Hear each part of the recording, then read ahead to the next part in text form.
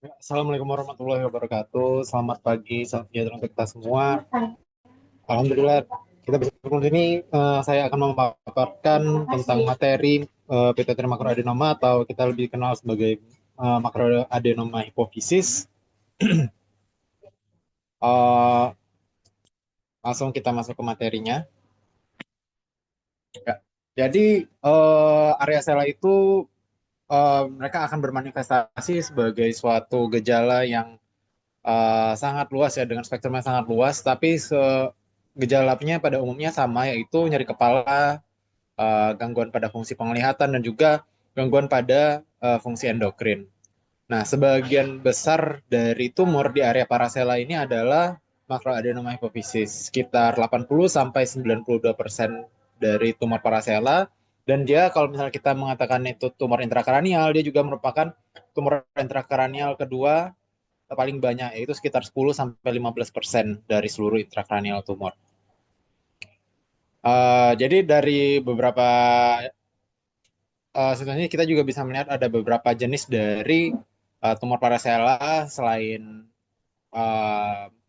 pituitary makroadenoma. Nanti ada meningioma, craniofaryngoma ataupun rakieklepsis. Ya, jadi ini kita lebih menjelaskan untuk yang dari perlu kita pahami sebelum kita membahas lebih lanjut, yaitu adanya hipotalamus pituitary axis, di mana hipotalamus itu merupakan suatu control center dari seluruh regulasi hormon di tubuh kita dengan ada dua sinyal yaitu neural electrical type ataupun hormonal yang endokrin, parakrin atau autokrin. Jadi hipotalamus itu berhubungan dengan kelenjar hipofisis itu di anterior dia secara portal circulation, sementara pada posterior pituitary itu dia bersifat apa namanya direct pathway, jadi adanya hubungan langsung.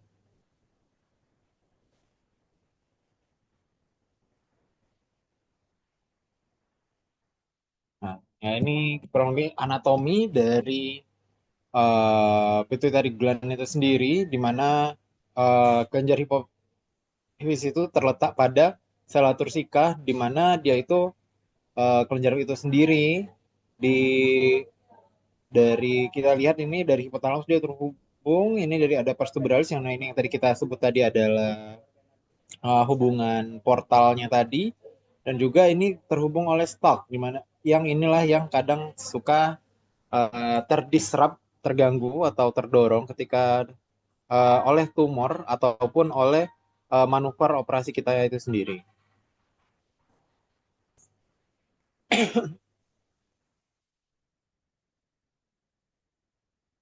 Ya, jadi untuk secara patogenesis, jadi ada suatu tumor pituitary makroadenoma dikatakan makroadenoma itu ketika dia berukuran lebih dari sama dengan 10 mm atau 1 cm.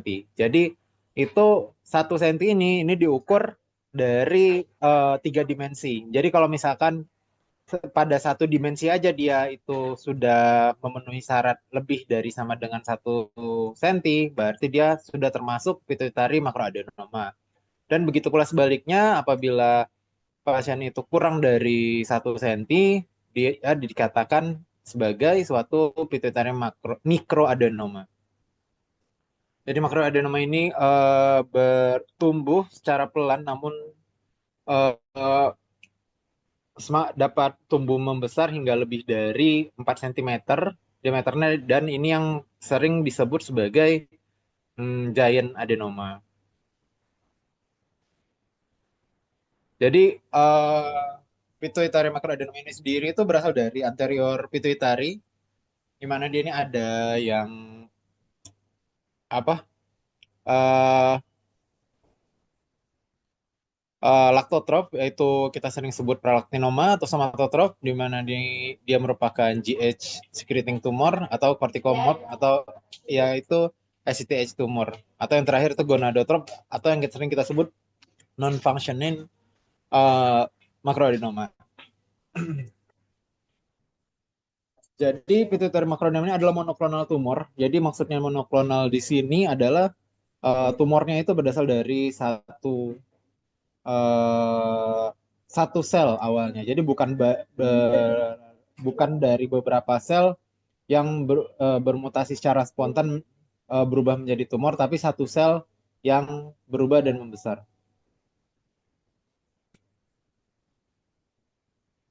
Ya, jadi lebih ini jadi core ini adalah loss in normal growth regulation atau normal cell proliferation. Jadi yang satu sel tadi dia berproliferasi secara abnormal, membesar, yang pada akhirnya dia akan mengganggu kontrol dari hipotalamus terhadap regulasi hormon. Ya, jadi mekanisme molekulernya itu pada dasarnya adalah mutasi somatik diikuti oleh disregulasi dari siklus sel yang dimana ini menyebabkan menurunnya apoptosis dan meningkatkan proliferasi. Ya, jadi ada somatic mutation, loss of growth control, monoclonal proliferation menjadi pituitary adenoma.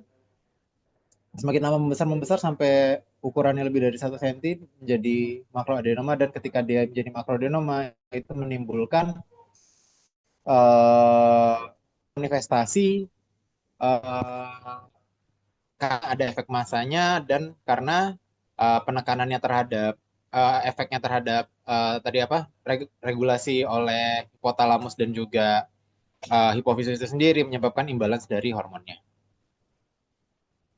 Ya, ini untuk hormonal sindromnya.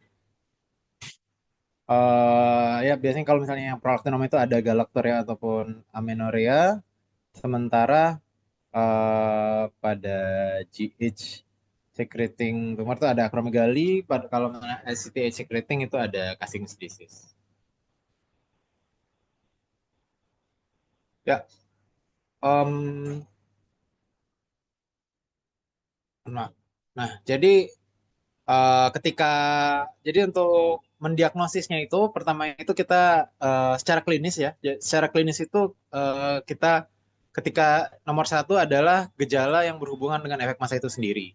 Ketika tumor membesar lebih dari 1 cm, dia mulai menekan struktur di sekitarnya. Yang satu itu tadi menyebabkan nyeri kepala. Yang ini nyeri kepala ini disebabkan oleh karena meregangnya dura karena di area sela itu. Dimana kan kita tahu area sela itu seperti mangkok, dan ketika duranya meregang dia seperti terjepit. Lalu gangguan fungsi penglihatan khususnya ini adalah gangguan lapangan pandang, di mana gejala klasik dari pituitary makroadenoma ini karena pertumbuhan dia itu dari posterior kiasma ke supero posterior, dia itu menyebabkan bitemporal hemianopsia, di mana adanya kompresi dari bagian belakang kiasma optikus. Jadi biasanya dia tuh gejala yang pertama kali muncul berupa hilangnya peripheral vision atau bagian sisi lateral dari pandangan pasien itu tampak gelap. Nah, lalu cranial nerve palsy ini ketika biasanya dia makroadenoma ataupun sudah menjadi giant adenoma, di mana sudah ada invasi ke nervus cranialis, terutama di area yang terdekat di situ, di area di nervus cranialis yang berada di cavernous ataupun di area-area di dekat yang masuk ke dalam foss, yaitu nervus 3, 4, 6 dan juga nervus 1, 2, di mana juga ada biasanya resiko eh, menginvasi area foramen rotundum. Nah, di mana ada karena adanya gangguan pada cranial nerve ini menyebabkan ophthalmoplegia, diplopia menjadi gejala yang bisa ditemukan juga pada pasien-pasien dengan makroadenoma hipofisis. Jadi untuk gangguan yang kedua secara klinis itu ada gangguan hormon. Ya, yang pertama eh, baik itu bisa dari hipersekresi ataupun hipopituitarisme. Jadi fungsi dari kelenjar hipofisnya berkurang.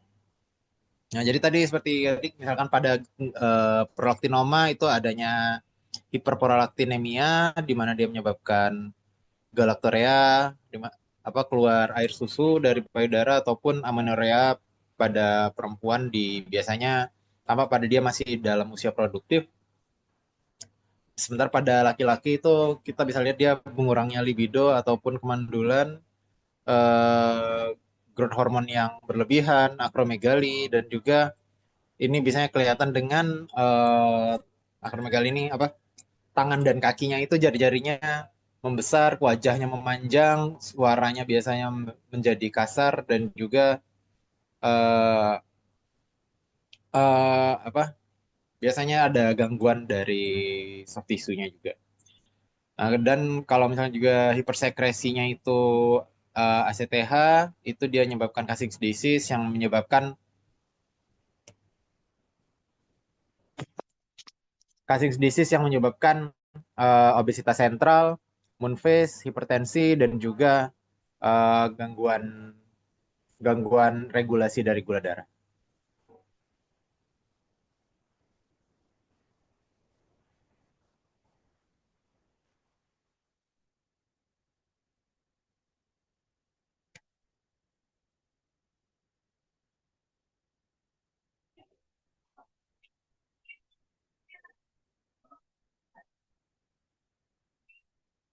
Halo, saya bisa terdengar? Iya, terdengar. Untuk kali, silakan.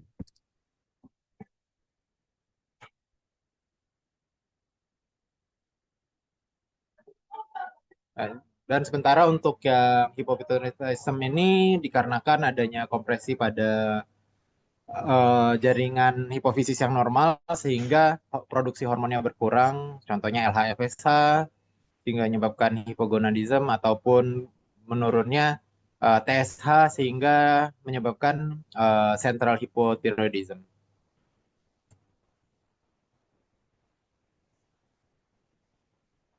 Ya, dan biasanya ini gejala-gejalanya ini timbul biasanya memang posisinya sudah makroadenoma. Jadi kalau mikroadenoma itu kadang dia secara apa namanya? Secara klinis itu biasanya sudah menjadi makroadenoma dan biasanya sifatnya sudah operatif. Oke.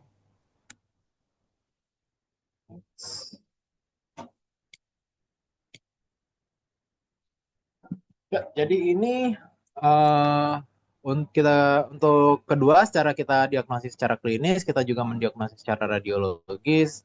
Jadi ya seperti kita bilang tadi, makroadenoma itu gold standarnya pemeriksaannya adalah menggunakan MRI ya. Dan yang beberapa yang perlu diperhatikan adalah satu tadi ukurannya dan duanya itu jadi ada ekstensi suprasellar, ada kompresi atau tidak terhadap chiasm dan juga adakah invasi ke sinus cavernosus. CT scan ini tidak disarankan, tetapi kalau memang tidak ada bisa dilakukan CT scan. Dan juga ke CT scan ini lebih berguna juga bisa untuk mendiagnosis atau kalau misalkan sesuatu ini dicurigai merupakan suatu tuberculum meningioma biasanya akan tambah hiperostosis di cellular floor-nya. Sementara pada uh, apa namanya makroadenoma hypophysis itu cellular floor-nya bisa cenderung tipis oleh karena ada penekanan kronis oleh tumornya. Dan yang kita lihat di gambar di sebelah kanan itu merupakan snowman sign, sign yang umum didapatkan pada makroadenoma di mana kita dapat membuat dua lingkaran di mana ada lingkaran kecil dan lingkaran besar di bawahnya yang menyerupai orang-orangan salju yang biasanya khas ditemukan pada makroadenoma hipofisis.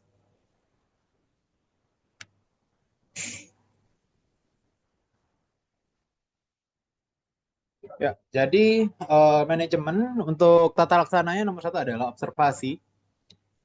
Jadi observasi tersebut dilakukan pada pasien-pasien asimptomatis, non-functioning microadenomas ataupun stable macroadenomas. Jadi ini pada kasus-kasus tertentu. Jadi perlu dilakukan regular follow up, mulai dari MRI, pemeriksaan hormon, dan juga pemeriksaan fungsi penglihatan.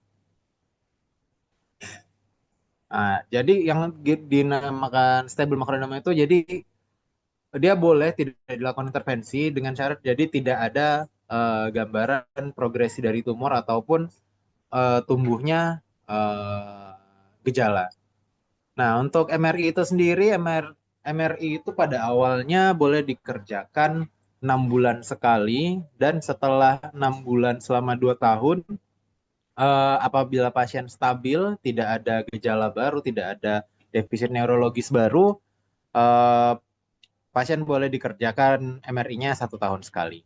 Sementara untuk hormon panel ini biasanya meliputi eh, apa namanya eh, untuk yang hiperprolaktinemia, IGF-1 dan kortisol itu biasanya setelah dilakukan pertama kali itu dilakukan 6 sampai 12 bulan sekali.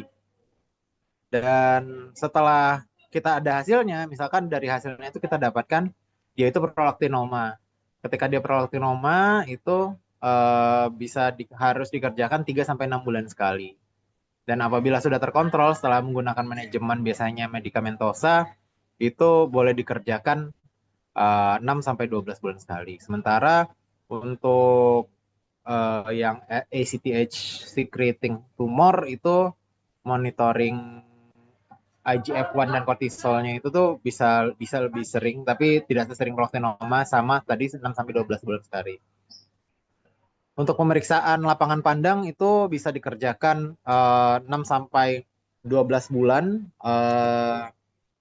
apabila memang sudah tampak adanya penekanan yang nyata pada kiasma optikus dan kalau misalkan kalau misalkan ini merupakan pasien mikroadenoma itu boleh dilakukan pemeriksaan setidaknya 1 sampai 2 tahun sekali. Ya, sementara ini untuk yang kita bedakan ya. Jadi yang konservatif itu merupakan prolaktinoma, mikroadenoma, dan juga asimptomatik non-secreting mikroadenoma. Sementara yang bedahan itu ada akromegali, Cushing's disease, dan juga penekanan pada chiasma opticus.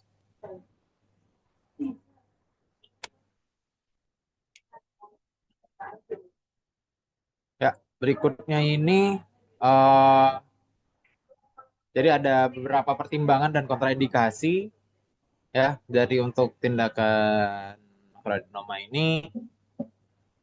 Ini biasanya kita utamanya saat ini standarnya itu sekitar 60-80% dikerjakan menggunakan endoscopic endonasal transperineal surgery. Jadi yang perlu dipertimbangkan itu seperti yang kita lihat ini di gambar ini adanya ekstensi yang signifikan di anterior ya. Ini harus diperhitungkan apakah bisa dicapai dengan EETS ataupun adanya ekstensi yang signifikan pada sinus cavernosus. Lalu juga apakah ini yakin baru merupakan suatu makroadenoma atau merupakan suatu tuberculum sela meningioma. Dan terakhir itu kita melihat ada gambaran klasifikasi tumor sehingga tumor tersebut sulit untuk kita ambil secara endoskopi transfonoid. Jadi untuk open dan transfonoid sendiri itu sudah menjadi perdebatan sejak lama di mana transfenoid itu walaupun tanpa endoskopi sudah pernah dikerjakan dulu uh, sejak zaman uh, sejak zaman Mesir kuno ya. Jadi secara perkembangan itu memang selalu ada orang bilang yang open itu maksudnya dia mengerjakan dari atas baik subfrontal maupun interhemisfer ataupun transfenoid. Dia juga pada zaman dulu itu juga tidak selangsung hidung tetapi tetap membuka seperti transmaksila ataupun transpalatin. Dan yang terkini itu tuh adalah dia sempat digunakan oleh casing itu dia menggunakan SLTH lewat sublabial. Dan ini transfenoid itu mulai kembali lagi uh, mulai kembali lagi tren setelah SLTH-nya itu dikembangkan lagi oleh murid-muridnya Kasing ini di Kanada. Dia menyempurnakan teknik SLTH dengan dia juga menggunakan siam, mikroskop, dan disektor yang mereka sudah desain khusus.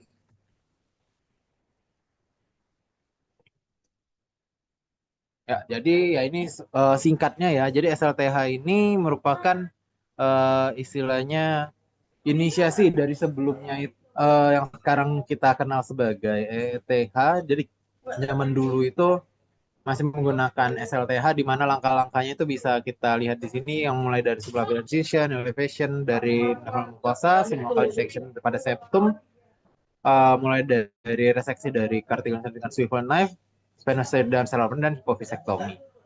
Tadi sebenarnya sudah dijelaskan oleh Dr. Suni lebih detail terkait SLTH-nya ya. Nah, jadi untuk sekarang sejak tahun 96 itu eh, penggunaan teknik menggunakan endoscopic endonasal transplantar itu sudah menjadi eh, standar untuk pengangkatan resi di parasela.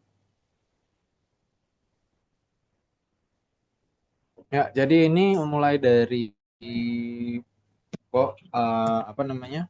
Dari positioning ya. Jadi untuk endoscopic endonasal transsphenoidal kedua biasanya ada dua ahli bedah yang berposisi berhadapan masing-masing.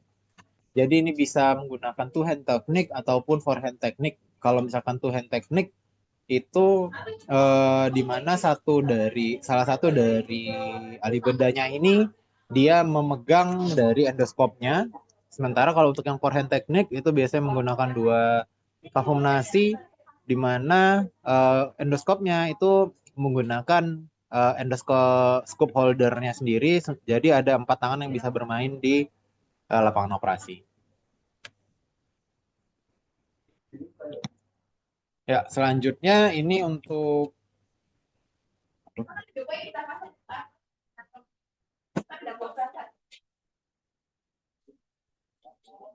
ya, selanjutnya ini untuk langkah-langkahnya dari EETH itu sendiri.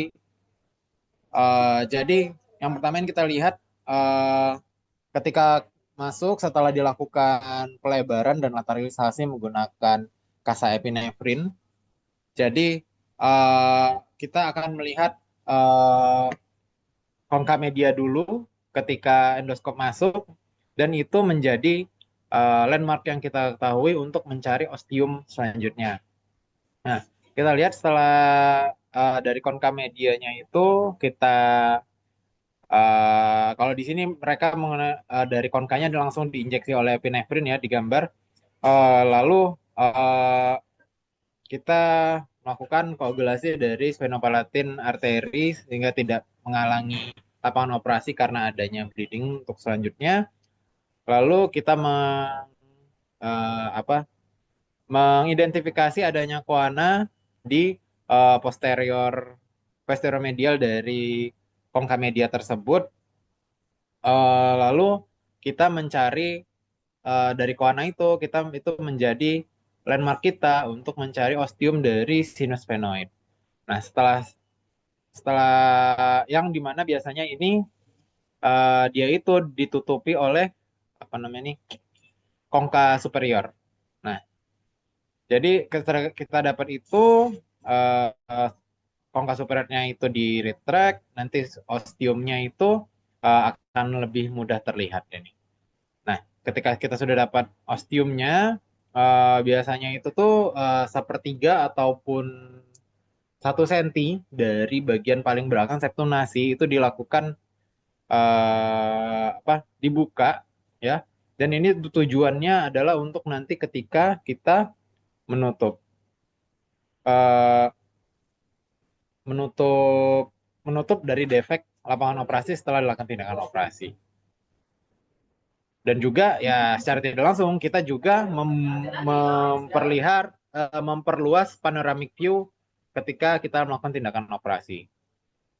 Lalu dari mukosanya ini kita, apa sellar floor-nya itu kita visualisasi, jadi kita dekortikasi dari mukosa dari sinus sphenoidnya itu, lalu kita lakukan pembukaan tulang, ya, pembukaan tulang, kita pembukaan tulang, lalu ini kita bisa seperti kita bisa melihat di sini ya kita lakukan bukaan tulang, lalu eh, tampak dura yang bulging keluar dari bukaan tulang tersebut. Ya, ini lebih jelas ini apa? Ini tadi seperti kalau yang disebut nama Dr. Su ini tadi yang merupakan intracellular phase, ya. Jadi setelah kita identifikasi dari bagian mana yang sellar floor, itu kita buka tulangnya, lalu kita lakukan insisi durotomi. Biasanya yang insisi durotomi itu cross incision, ya. Setelah dilakukan insisi durotomi, nanti biasanya tumornya itu akan keluar sendiri, tetapi dia tidak bisa melepaskan diri dari perlekatannya. Biasanya kita butuh debulking menggunakan ring curette yang selalu lalu dilanjutkan biasanya kita ambil dari masa tumornya setelah di debulking menggunakan uh, HNP tang atau tumor tang. Ya, ini berikut untuk tindakan operasi yang sebelumnya telah dilaksanakan. Seperti yang saya bilang tadi, identifikasi dari apa namanya dari kongka media. Setelah identifikasi dari kongka media itu kita lakukan konkotomi kalau ini dilakukan karena ini dikerjakan oleh Dokter Reza dan Dokter Krishna spesialis THT. Jadi ini tujuannya ini menjadi backup untuk penutupan penutupan defek pasca operasi nanti. Ya, jadi ini langkah-langkahnya kurang lebih sama seperti yang saya jelaskan tadi untuk gambar. Pada gambarnya tadi, ya ini diseksi submukosa untuk melakukan septostomi sepertiga posterior dari septumnya. Nah, ini kita diriling untuk pembukaan dari tulangnya. Ini tadi ini apa groove dari ICA-nya kita identifikasi, ya. Nah, dilakukan insisi dura itu jadi untuk area tumornya sudah bulging.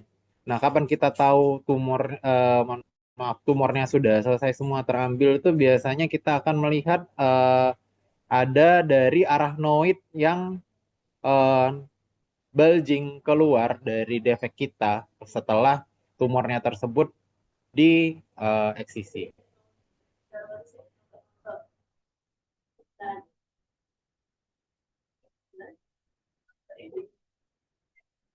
Nah, ini yang dari arachnoidnya itu sendiri. Kita lihat. Ini masih mengejar tumor yang mepet ke area cavernous lateral. Ya, jadi ini untuk penutupannya dari teknik yang penutupan ini kita menggunakan dural matrix seperti dulu berupa duragen untuk menutupi defek secara outlay. Nah, dilanjutkan tadi mukosa yang telah kita siapkan dari konkotomi konka media dilebarkan dan setelah itu baru terakhir itu kita fiksasi menggunakan nah ini juga ini ditambahkan apa namanya semacam spongostan kolagen sponge yang akhirnya nanti kita fiksasi menggunakan Berry Plus. Nah, setelah kita fiksasi menggunakan Berry Plus untuk memaksimalkan fiksasinya tersebut dipasang tampon balon. Tampon balonnya menggunakan menggunakan kateter urin yang dimana balonnya kita posisikan tepat di bawah dari sela floornya. Demikian, terima kasih atas perhatiannya. Wassalamualaikum warahmatullahi wabarakatuh.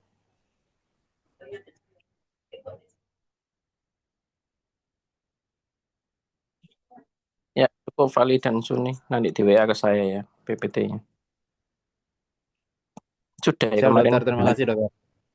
Oke, makasih. Iya, masih dong. Nah, Ya, akan terima ditutup. kasih, dok.